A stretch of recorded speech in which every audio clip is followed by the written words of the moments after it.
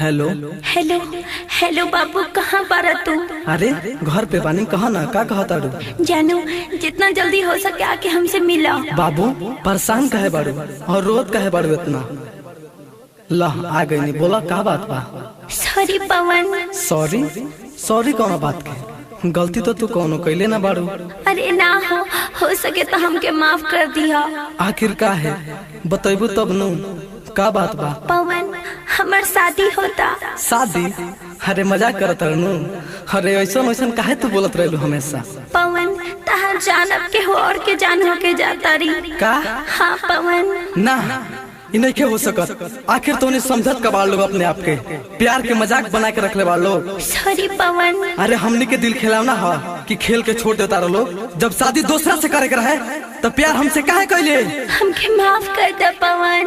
अपना माई पापा के बता चुकल बानी कि जब शादी करे तो तोहरे से करे, और हमसे कहता रुकी तोहर शादी होता। गलती हमार नहीं थे, मम्मी पापा के आगे मजबूर बानी।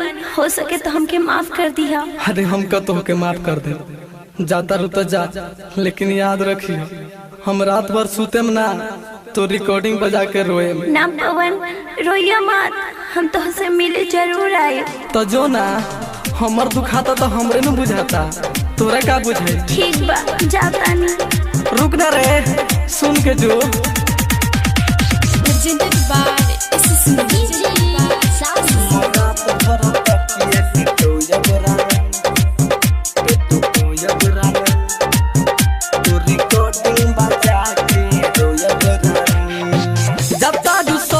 हो केकरा से प्यार करब अब न सोयब रहानी। जाता रू ससुरा हो केकरा से प्यार करब अब न सोयब रहानी। हम रात भर तकिया के सोयब रानी, तो रिकॉर्डिंग बजा के रोयब रानी। हम रात भर तकिया के सोयब रानी, तो रिकॉर्डिंग बजा के रोयब रानी।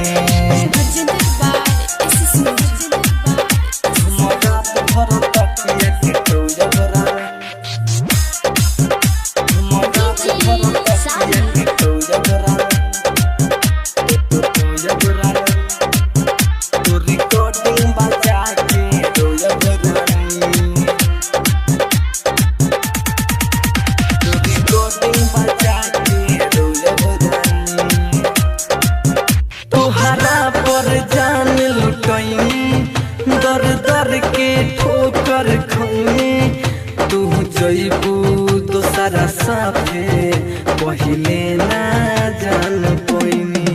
बोला ना कहा जायम केकरा से बतियायम, ना दिल के दुख सहाये रानी हो जहर खायम। तू जइबू दोसरा साथे पहिले ना जान पैनी। तोहर जे साथ छुट्टी हमर जहान लुटी, कैसे के खोयब रहानी। एहो तोहर जे साथ छुट्टी हमर जहान लुटी, कैसे के खोयब रहानी।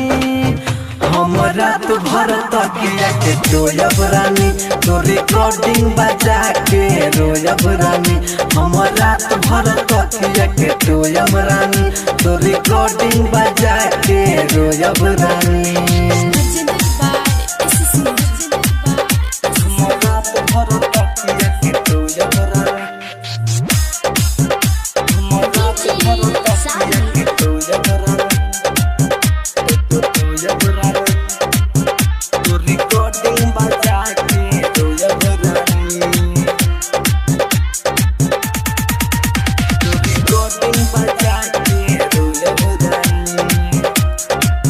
राइटर सिकंदर तुहके ले जाई अपन के, डीजे साबिर पवन के कैसे बिसरही बुझा के।